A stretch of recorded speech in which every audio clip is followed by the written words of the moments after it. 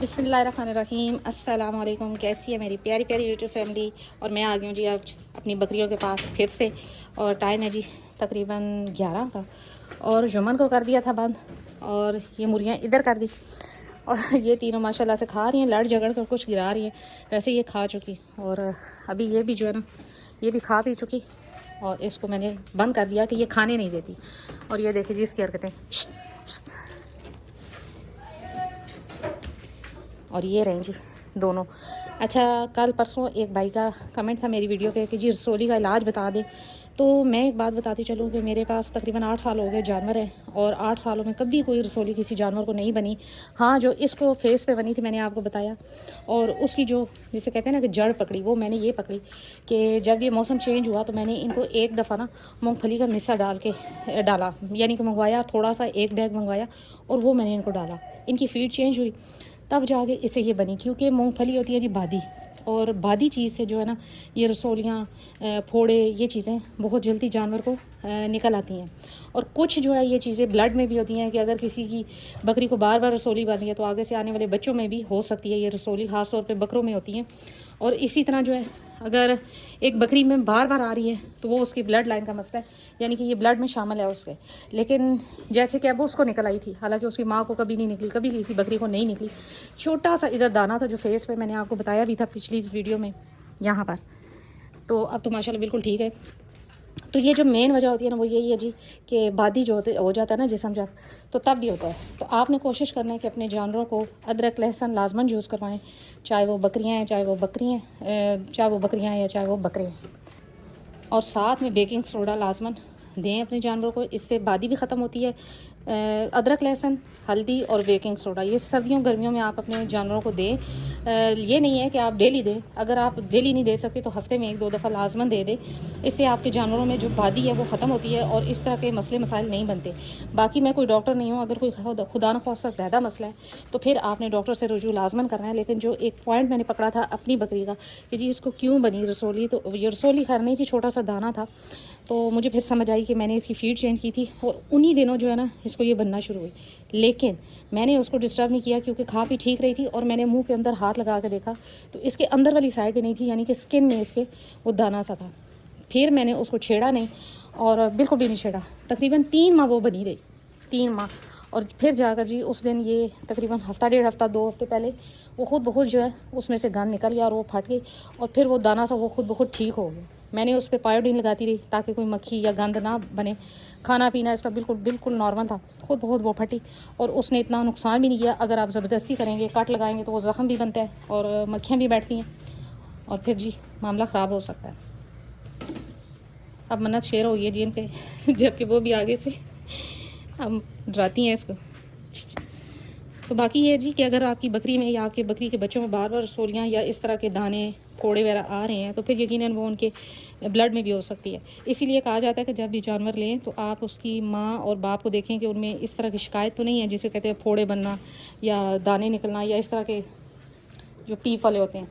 ये चीज़ अगर नहीं है तो फिर वो जानवर उसमें आगे आने वाली नस्ल में भी ये चीज़ नहीं होगी। दूसरा, ये फीड में जब हम बादी चीज़ें ज़्यादा दे देते हैं और फिर उसके बाद उसका कोई नैमुल बदल उसको नहीं देते जानवर को, यानी कि बादी ख़त्म करने के लिए, तो तब भी ये चीज़ें आ जाती हैं। वो देखें जी लेदर लगी थी वो काट रही है। खैर मैंने भी लोहे की तार से बांधा हुआ है, कोई बात नहीं रस्सियों को नहीं छोड़ती। मुझसे वो एक सवाल था तो फिर मेरे भी जहन में आई कि ये बात मैं शेयर करूं कि मेरे 8 साल में इस शौक़ में कभी किसी जानवर को इस तरह का फोड़ा या दाना वगैरह नहीं निकला, अल्हम्दुलिल्लाह अल्हम्दुलिल्लाह।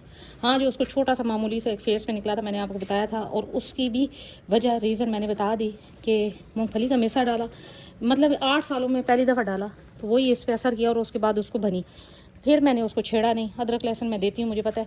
फिर मैंने उसके मुंह के अंदर से ना इस तरह हार्ड लगा कर देखा है कि अंदर वाली साइड पे तो नहीं है, लेकिन अल्हम्दुलिल्लाह अंदर बिल्कुल नॉर्मल था, सिर्फ स्किन में थी। तो वो खुद ब खुद फटी और ख़त्म हो गई और जी बिल्कुल ठीक हो गई। मैंने 2-3 दिन पायोडीन लगाई और उसके बाद वो उतर गया, छिलका सा बन गया।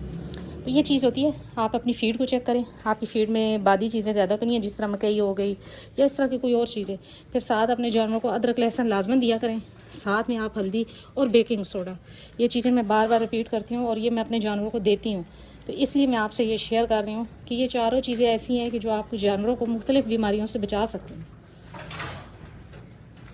तो जी अब इंशाल्लाह इजाफ़ा किया जाएगा, अब एक परचेज़ किया जाएगा जानवर, और जब भी मैंने लिया और आया तो इंशाल्लाह आपसे शेयर करूँगी। देखते हैं कब नसीब में होता है। ये देखें, इस तरह खाने में इनको मज़ा आता है, जबकि इधर रख दें जी तो बीच में खड़ी हो जाती है। तो ये जी आराम से खा रहे हैं। और बकरों के लिए भी इंतहाई ज़रूरी है अदरक और लहसुन, पुदीना और धनिया। ये चीज़ें आप अगर पीस के ना तो आप बकरों को देते हैं तो वो भी बड़ा ज़बरदस्त इनके लिए एक, जैसे कहते हैं ना कि दवाई के तौर पे कर लें, कि इनके खून को पतला करने के लिए इंतहाई मुफीद है, और इनके अंदर से बादीपान को ख़त्म करने के लिए इंतहाई मुफीद चीज़ है। हफ्ते में 1-2 दफ़ा दे दे, कोई इतना इशू नहीं है। एक बकरे के लिए आप पूछा जाएगा कि जी कितना देना है, तो जो एक पूरा लहसुन होता है, जिसे पूरी गड्डी कह लें, क्या कहते हैं, और 1 से 2 इंच का अदरक का टुकड़ा इतना सा आप ले के उसको पीस लें, अनारदाना डाल लें थोड़ा सा, इसी तरह आप पुदीना डाल लें थोड़ा सा, और ये चीज़ें पीस के अच्छे से ग्राइंड करके अगर तो आप पिला सकते हैं तो बेस्ट है, अगर पिला नहीं सकते तो किसी भी चीज़ के साथ खिला दें जानवर को। अगर बारीक करना है तो बारीक करके वो जानवर को पिला दें पानी में मिक्स करके। अगर मोटा मोटा कूट के देना है तो वो किसी भी चीज़ में आप ऐड करके जानवर को खिलाएं, तो सबसे बेस्ट मेडिसन है जी जुम्मन। ये जी बड़ा सख्त किस्म का बकरा है, किसी की बर्दाश्त नहीं करता बात को पास जाओ तो बस जी मारने पे आता है जुम्मन।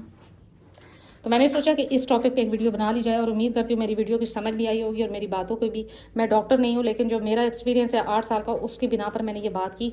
बाकी अगर खुदा न खासा आपके जानवर को ज़्यादा मसला है, ज़्यादा बड़ा फोड़ा है या इस तरह का ज़्यादा कोई इशू है, तो फिर आप डॉक्टर से रुजू लाजमन करें, क्योंकि वो कट लगा के फिर वो गंद निकालते हैं और उसके अंदर नमक या कोई इस तरह की चीज़ें भरते हैं, मेडिसिन वगैरह, तो वो उससे जल्दी ठीक हो जाता है। लेकिन अगर छोटा मोटा है तो फिर इतना कोई इशू नहीं है। अदरक लहसुन लाजमन अपने जानवरों को यूज़ करवाएं। ठीक है युमन। तो जी यही थी आज मेरी छोटी सी वीडियो। उम्मीद करती हूँ मेरी वीडियो अच्छी लगी होगी। अगर अच्छी लगी है लाइक एंड सब्सक्राइब कर दे। मिलते हैं नेक्स्ट वीडियो में नेक्स्ट टॉपिक के साथ, तब तक के लिए बाय।